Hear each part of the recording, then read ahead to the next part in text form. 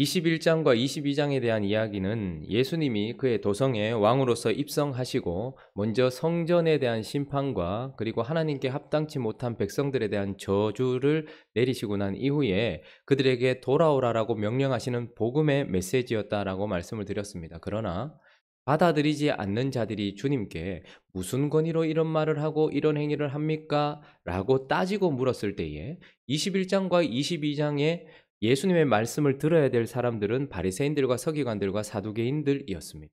그러니까 21장과 22장은 세 가지 비유, 세 가지 논쟁은 예수님의 제자들과 무리들이 함께 있었지만 그러나 예수님의 말씀의 방향은 누구였습니까? 예수님을 거부하는 바리새인들과 서기관들을 향하여서 했던 말씀이었습니다. 그러나 이제 그 서기관들과 바리새인들의 입을 침묵시키고 나신 예수 그리스도께서 오늘 23장부터는 제자들에게 가까이서 주님을 따르는 제자들 그리고 멀리서 주님을 따르려고 노력하고 있는 무리들에게 이 말씀을 하고 계시는 거예요. 그러니까 21장, 22장은 바리새인들과 서기관들에게 하고 계신 말씀이라면 23장부터는 이제 그의 제자들, 주님을 따르고 있는 자들 그리고 그에게서 멀지만 그러나 따라가고 있는 무리들, 예수를 따르는 제자에게 하시는 말씀이란 말입니다. 1절 한번 읽어볼까요? 1절 시작.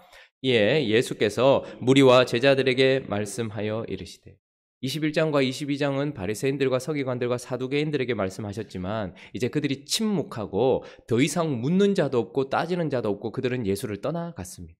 그리고 난 이후에 그것을 가만히 지켜보고 있었던 제자들과 그리고 조금 멀리서 따라오려고 노력하고 있는 무리들에게 이제 예수께서 말씀을 하시는데 이제 예수 그리스도께서 제자들에게 그리고 무리들에게 진짜 성전을 더럽힌 자가 누구며 그리고 자기 백성들이 열매 맺지 못하게 만들었던 장본인이 누군지 그리고 이제 왕을 거부할 사람이 누구인지에 대하여 적나라하게 그들을 볼 수 있도록 그들의 호칭 그리고 그들의 행동을 보여주시면서 그들의 모든 것을 폭로하시는 이야기로 1절부터 7절까지 이끌어가고 계시고 그리고 8절부터 12절까지는 그러나 하나님의 왕 예수 그리스도를 따르는 자들은 어떻게 해야 되는지를 그들과 대비해가면서 가르치는 내용이다라는 것을 볼 수 있습니다.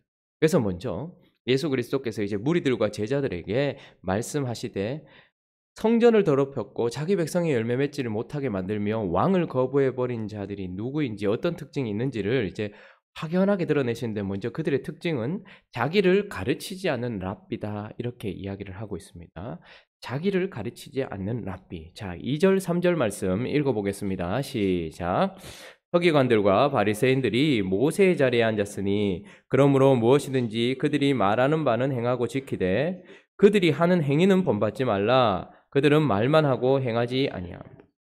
자, 그들은 랍비라고 이야기합니다. 서기관들과 바리새인들이 누구의 자리에 앉아있다고 얘기합니까? 모세의 자리. 이 말은 무슨 말입니까? 말씀과 율법을 가리키는 위치에 그들이 서 있다, 앉아 있다 이렇게 이야기하는 것이죠. 그래서 그들이 율법을 바르게 해석하고 율법을 율법대로 말하고 있는 것이라면 그것은 지켜라 이렇게 얘기합니다. 그들이 가르치는 말은 지켜라 이렇게 이야기를 해요. 그러나 그들의 특징은 무엇이냐 하면 율법을 가르치는 자리에 앉아서 율법을 가르치기도 합니다. 그런데 문제는 무엇이냐 하면 그 가르치는 대로 자기는 가르치지 않는다라는 거예요. 그들이 하는 행위는 본받지 말라. 그들은 말만 하고 행하지 아니한다. 이렇게 얘기합니다. 무슨 말입니까? 말로서는 누구를 가르치고 말로서는 무엇이 옳은지 그른지를 이야기하는 사람이지만 그러나 자기 자신은 그 말에 한치도 자기 자신을 들이지 않는 자기 자신은 가르치지 않는 자들이다. 그래서 그들은 랍비이지만 자기를 가르치지 못하는 자기를 가르치지 않는 랍비들이다. 이렇게 이야기를 하고 계시는 것입니다. 두 번째 특징은 그들은 다른 이들을 돌아보지 않고 돌보지 않는 거짓 아버지다 이렇게 이야기를 하고 있습니다. 자, 4절 5절 말씀 읽어볼까요? 4절 5절 있습니다. 시작. 또 무거운 짐을 묶어 사람의 어깨에 지우되 자기는 이것을 한 손가락으로 움직이려 하지 아니하며 그들의 모든 행위를 사람에게 보이고자 하나니 곧 그 경문띠를 넓게 하며 옷수를 길게 하고. 자, 그들의 특징 중에 또 하나는 5절에 모든 행위를 사람들에게 어떻게 보이려고 지금 외식을 하고 있는데 지금 가식적으로 행동하고 있는데 어떤 모습이냐 하면 경문띠를 넓게 한다 이렇게 얘기합니다. 경문띠라는 것은 그 이스라엘 백성들 특히 랍비들은 요만한 통이나 자기들이 가지고 있는 통에 성경 구절들이나 말씀을 그 안에 집어넣어서 이마에 붙이기도 하고 여기에 붙이기도 하는데 옷에 그것을 주렁주렁 달고 다니는 거예요. 그러니까 겉으로 보면 말씀을 언제나 말씀을 연구하고 묵상하고 그 말씀으로 이 백성들 하나님의 백성들을 먹이기 위해서 애쓰고 수고하는 모습으로 보이려고 한다는 거예요. 그래서 옷수를 길게 한다는 것은 이들은 거룩하게 하나님의 말씀을 지키면서 하나님의 말씀을 묵상하고 하나님의 말씀을 연구하고 하나님의 말씀을 가리키는 자. 그래서 영적인 양식으로 살아야 될 이스라엘 백성들에게 영적인 양식을 먹이고자 애쓰는, 마치 육신의 아버지가 힘들게 일을 하여서 자식들과 처자식을 먹이기 위해서 애쓰는 것처럼 영적인 양식을 위해서 애쓰고 있는 양 사람들에게 그렇게 보이지만, 그래서 그들을 먹이고자 저 새가 멀리까지 날아가서 그 입을 벌리고 있는 새끼 새에게 먹이를 주려고 그렇게 멀리까지 가서 양식을 가지고 오는 것처럼 보이지만, 그래서 하나님의 말씀은 먹어야 될 양식이어야 하지만 사전은 이렇게 얘기하죠. 그 양식을 무거운 짐을 묶어 사람의 어깨에 지우되 자기는 이것을 한 손가락으로도 움직이려 하지 아니하는, 하나님의 말씀은 우리의 양식이고 만찬입니다. 목사가 앞에서 말씀을 가르치는 자는 하나님의 말씀을 가지고서 이것을 마음껏 먹을 수 있도록 요리를 하고 그것을 구해와야 합니다. 그래서 목사의 1번 직분은 무엇일까요? 말씀을 가르치는 자의 1번 직분, 목사의 첫 번째 사무, 공부입니다. 스터디. 두 번째 사무는 무엇일까요?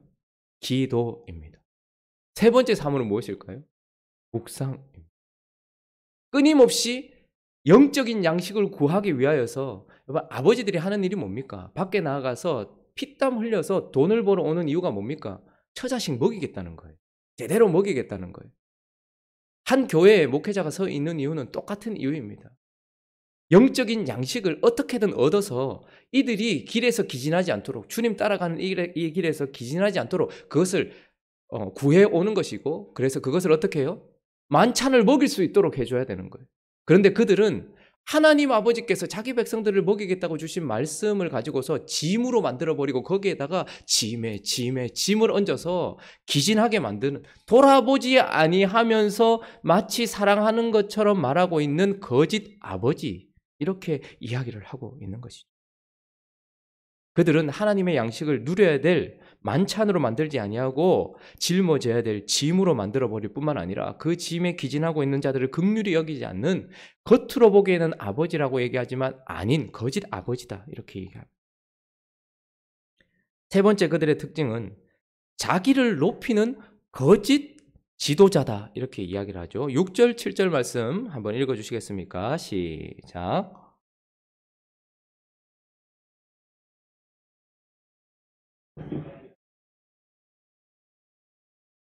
이들은 자리를 참 좋아하는데 잔치의 윗자리, 많은 사람들이 모인 곳에서 제일 윗자리는 높은 사람이 가는 것이죠. 회당의 높은 자리, 문안받는 것.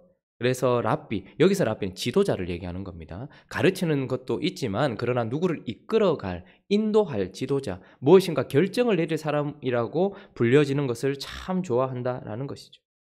자, 그래서 그들은 자기를 높이고 높은 자리에 있고 칭송받는 것을 좋아하면서 자기들이 지도자로서 모든 것을 이끌어가고 싶어 하는, 그러나 하나님 앞에 서 있지 않은 거짓 지도자들이다, 이렇게 이야기를 하고 있는 것입니다. 자, 바리새인들과 서기관들과 랍비, 그리고 사두개인들과 예수님께서 부딪혔을 때에 제자들과 무리들은 그것을 가만히 보고 있었습니다.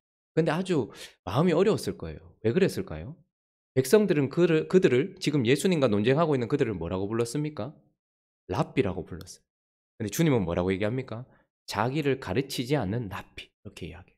백성들은 그들을 무엇이라 불렀습니까? 영의 아버지라 불렀습니다. 그런데 주님은 그들은 거짓 아버지다, 이렇게 이야기를 하고 있는 것이죠. 백성들은 그들을 무엇이라 불렀습니까? 우리의 지도자다 불렀어요. 그런데 주님은 거짓 지도자다, 이렇게 이야기를 하고 있는 것이죠.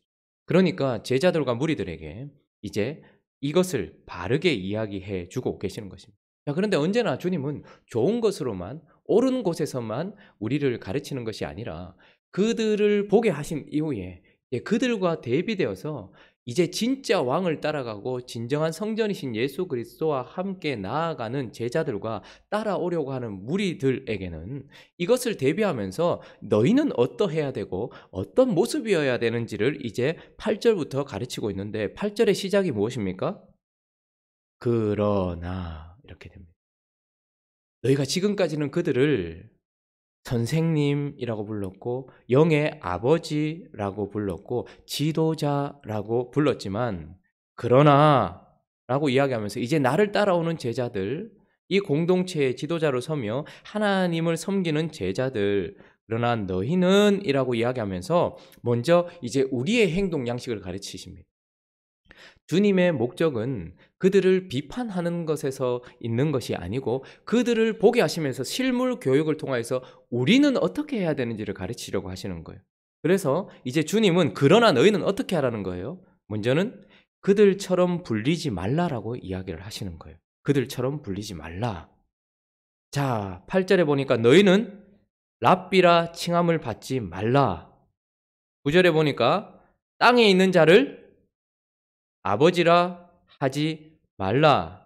10절에 보니까 또한 지도자라 칭함을 받지 말라.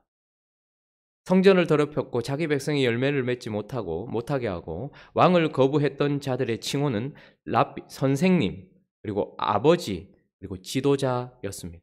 그런데 주님은 진짜 나를 따라오는 자들은, 진짜 나와 함께 있는 자들은, 진짜 성전인 예수 그리스도에게 있는 자들은 너희는 이렇게 불림을 받지 말라라고 이야기를 하고 있습니다. 왜 그럴까요? 그 이유가 뒷절에 나오는데 8절 후반부에 보면 너희는 랍비라 칭함을 받지 말라. 왜? 너희 선생은 같이 읽습니다. 너희 선생은 하나요 너희는 다 형제니라. 무슨 말입니까? 예수 그리스도와 함께 있고 성령과 함께 동행하는 사람이라면 누가 선생이라는 거예요, 이제?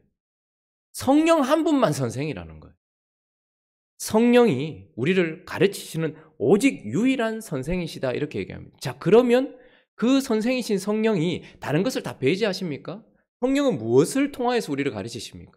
성령은 크게 성경 말씀을 통하여서 우리를 가르치십니다. 그러니까 아무 도구 없이 우리를 가르치시는 선생이 아니라 성경을 통해서 가르치십니다. 그리고 또 성령은 무엇을 통해서 가르치십니까?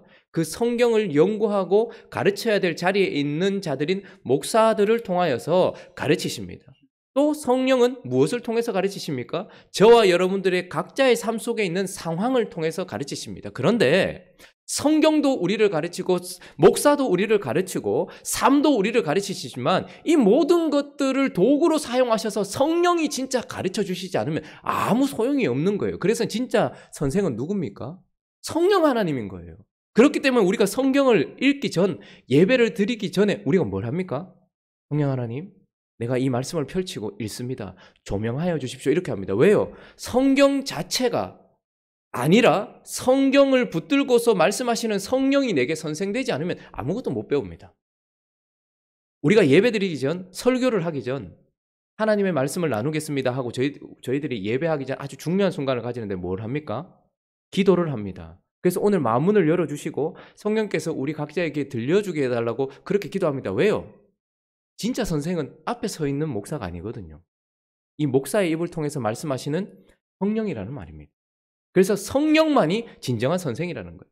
왜? 똑같은 환경 속에 있어도 어떤 사람은 나이를 먹고 시간이 지나면 배웁니다. 왜요?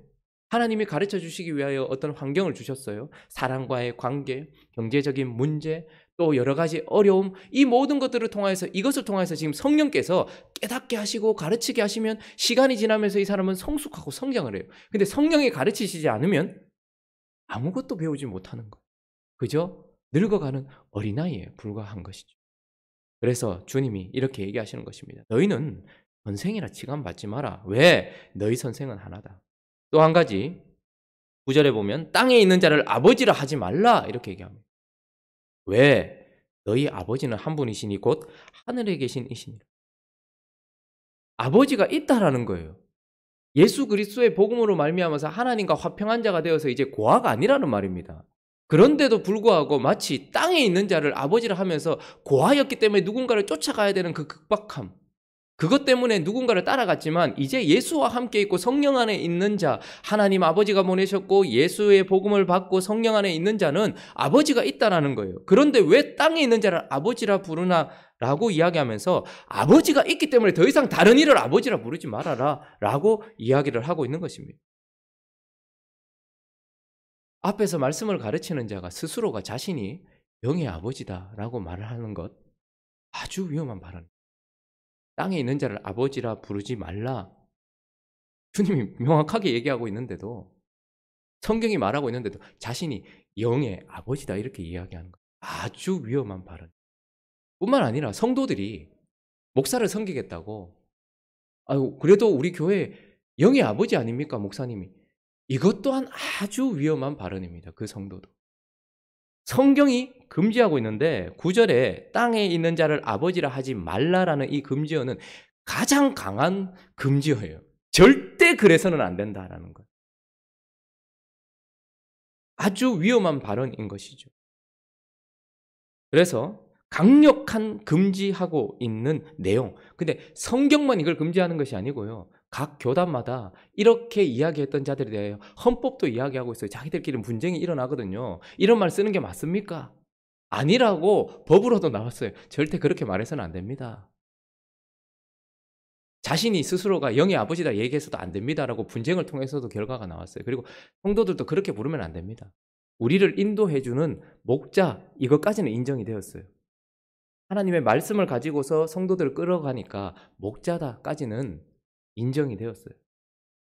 아버지의 심정을 가진 자 이것까지는 인정이 되었어요. 그러나 내가 영의 아버지입니다. 혹은 성도들이 이분이 내 영의 아버지입니다 말하는 것은 성경도 그리고 우리가 해놓은 합의에도 어긋나는 것이고 그런 합의에 가지 않는다 할지라도 하나님은 강하게 금지하고 계시는 것입니다. 여러분들이 보면 이제 행복한 우리에게 오셨으니까 주로 이제 저를 통해서 하나님의 말씀을 듣잖아요. 그러나 저는 압니다. 여러분들이 또 여러분들에게 맞는 설교자들도 있고 책도 있고 어떤 멘토들이 있을 거예요. 그러나 그분들이 우리에게 아주 유익을 끼치기는 하지만 저도 그런 멘토들이 있습니다. 돌아가신 분도 있고 살아계신 분.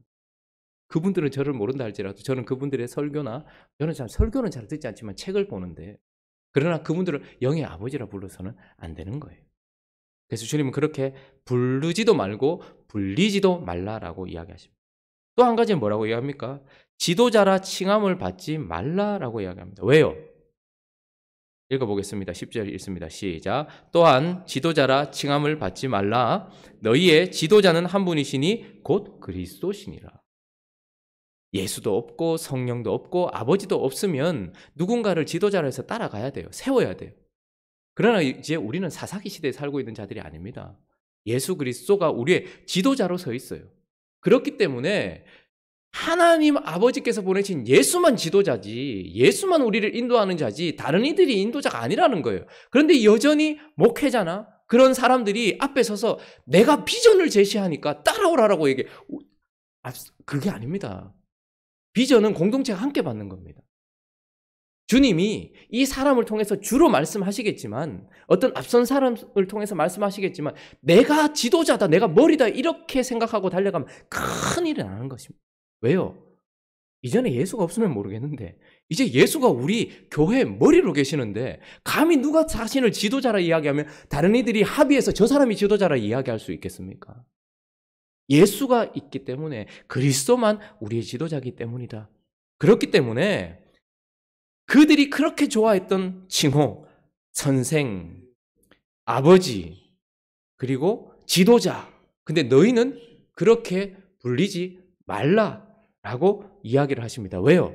성령만이 선생이시고 성부만이 아버지시며 성자만이 지도자시기 때문이다 라고 이야기하면서 또 하나 우리의 존재가 어떠한가를 이야기하시는데 8절 다시 한번 읽어볼까요? 8절 있습니다. 시작. 그러나 너희는 랍비라 칭함을 받지 말라. 너희 선생은 하나요. 너희는 다 형제니라. 자, 한 선생에게 배우는 우리 모두는 다 동기인 거예요. 동기. 일단 동기 모임 있죠? 동기 동창 모임 있죠? 우리는 한 선생님한테 성령에게 배우는 같은 동기예요. 동창이에요. 목사든 장로든 권사든 집사든 물론 직분은 다르죠. 그러나 우리는 한 선생님에게 배우는 동기동창들이에요. 뿐만 아니라 한 아버지 아래에 있는 형제인 거예요. 저는 주아에게 윤하나 예아를 이렇게 맡깁니다. 그러나 걔가 할 수 있는 범위가 있어요. 왜요? 걔네들은 그래서 제가 주아에게 얘기합니다. 거기까지. 너는 아빠가 아니야. 엄마가 아니야. 거기까지만 해. 너는 오빠야. 형제다 이 말입니다. 우리는 동기요, 형제요. 또 하나 한 지도자 아래에 있는 백성입니다. 똑같은 백성인 거예요. 그렇기 때문에 너희는 그들처럼 불리지 말라라고 주님께서 이야기하실 뿐만 아니라 그들처럼 불리지 말고 또한 우리는 어떻게 해야 됩니까? 그들처럼 행하지 말라라고 이야기를 하고 계시는 것입니다. 자, 11절, 12절 읽어주시겠습니까? 시작.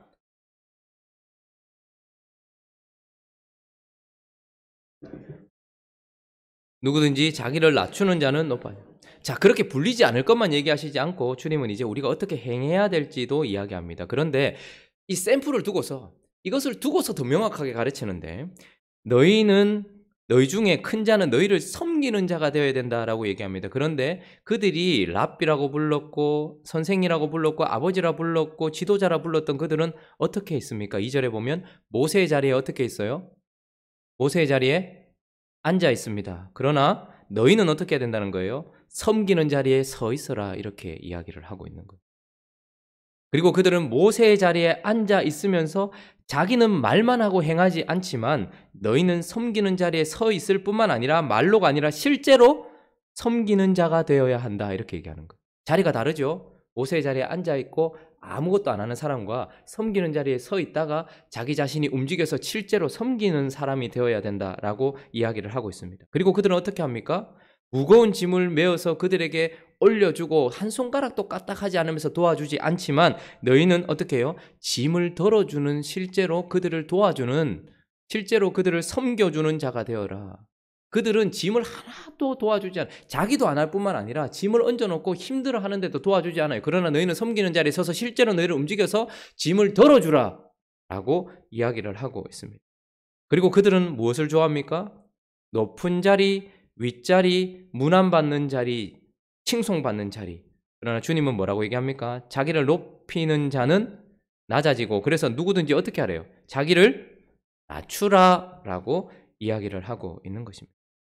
자, 바리새인들과 서기관들에게 독한 말씀을 쏟아부으셨던 주님이 이제 그들을 침묵시키시고 그들이 떠나가고 난 이후에 그것을 가만히 지켜보고 있었던 가까이서 따라오는 제자들과 멀리서 따라오는 무리들에게 이제 이들의 실체를 폭로하시고 난 이후에 주님이 이것을 적나라하게 폭로하시면서 너희는 선생이라 불렀고 아버지라 불렀고 지도자라 부른 그들이 사실은 자기를 가르치지 않는 랍비요 다른 이들을 돌보지 않는 거짓 아버지며 자기를 높이는 거짓 지도자다라고 이렇게 밝히 드러내신 이유는 무엇입니까? 비난하라고?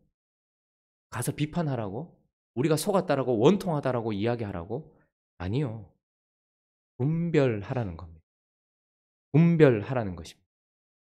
명확하게 내가 말해줬으니 분별해라. 그리고 두 번째, 우리는 이제 그들처럼 되지 말라라는 거예요. 잘못된 샘플을 봤으니 늘 잘못된 사람 밑에는 잘못된 사람만 나타나는 것이 아닙니다.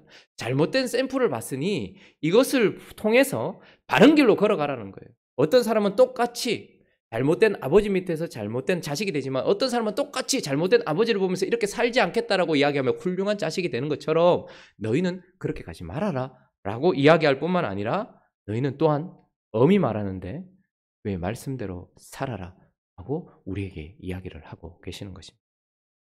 여러분 이게 사실 주님 없으면 가지게 된 비전 아닙니까? 저만 그런가요? 랍비로 불려지고 싶지 않습니까? 우리의 비전 아닙니까? 모든 사람들이 그분은 나를 너무 위해 주시는 내 아버지 같은 분이야 라고 불리는 게 사실 목사의 최고 비전 아닐까요? 사람들이 저를 보면서 저분은 정말 가까이 있기만 해도 막 마음이 편안하고 그냥 한마디 이야기만 해도 그냥 아버지가 나한테 말하는 것 같고 너무 좋아. 근데 저분이 시키는 대로 가면 너무 좋아. 그래서 나는 힘들고 어려운 일만 있으면 나는 목사님하고 상의하고 결정해. 뭐 이런 목사가 되는 게 비전처럼 보이지 않습니까? 근데 주님은 그렇게 하지 마라. 그렇게 불리지 마라. 너는 도구야. 라고 이야기하십니다. 뿐만 아니라 여기도 마찬가지입니다. 성도들 안에서도 이런 성도가 되는 것, 이런 중직자가 되는 것, 그럼 이거 좋은 것 아니겠습니까? 그러나 진정한 하나님의 제자는 선생은 성령밖에 없습니다. 아버지는 성부밖에 없습니다. 지도자는 그리스도입니다. 그러니 말씀을 놓고서 성령을 의지하고 아버지께 도움을 요청하면서 같이 가십시다. 라고 말하며 너희는 그런 자리에 있지 말 뿐만 아니라 앉지 말고 서며 말하지 말고 행하며 짐을 얹어주는 자가 아니라 도와주며 그렇게 주님 말씀 따라서 살아가는 자가 이것이 주님이 우리에게 하시는 말씀이라는 것. 그래서 낮아지고 낮아지는 자가 되라는 것. 이것이 제자들에게, 무리들에게 이 이야기를 들려주시는 목적이라는 것을 기억하면서 행복한 우리 교회가 멀리서 따라가는 무리들은 가까이서 따라가는 제자가 되고 가까이서 주님을 본 자들은 주님을 정말 많이 닮아가는 행복한 우리 교회 되시기를 예수 그리스도의 이름으로 축원합니다. 같이 한번 기도하겠습니다. 이제 말씀의 방향이 우리에게로 돌아선 것을 보게 됩니다. 우리와 제자들에게 말씀하고 계십니다. 오늘 말씀들을 하나하나 살피면서 나는 분별할 수 있도록 은혜를 더하여 주시옵소서. 나는 그들처럼 되지 않도록 애쓰고 수고하는 자 되게 하여 주시고 나는 주의 말씀 따라가기 위하여서 기도하는 자 되게 하여 주옵소서. 또 각자의 기도 제목들을 가지고 함께 기도하며 나갑니다. 기도하겠습니다.